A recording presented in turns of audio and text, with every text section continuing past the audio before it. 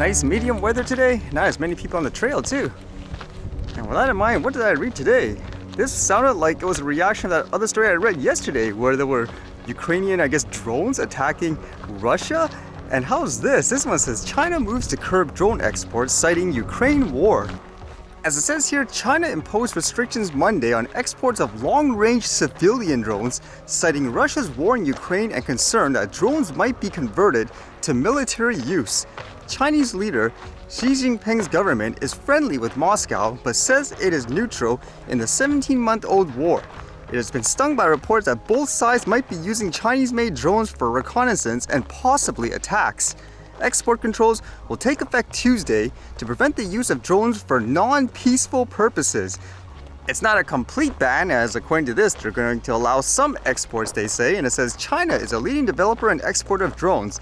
DJI Technology Co., one of the global industry's top competitors, announced in April 2022 it was pulling out of Russia and Ukraine to prevent its drones from being used in combat. The risk of some high specifications and high performance civilian unmanned aerial vehicles being converted to military use is constantly increasing, the Ministry of Commerce said. Restrictions will apply to drones that can fly beyond the natural sight distance of operators or stay aloft more than 30 minutes, have attachments that can throw objects and weigh more than 7 kilograms according to the ministry. Well, that's a pretty broad range of drones, huh? It makes you wonder because here they're specifically mentioning things like civilian drones too. So will that actually pile up where a lot of people, they say all these recreational drones, they can be weaponized and so forth, so ban them all? Is this basically adding more fuel to the fire in that regards?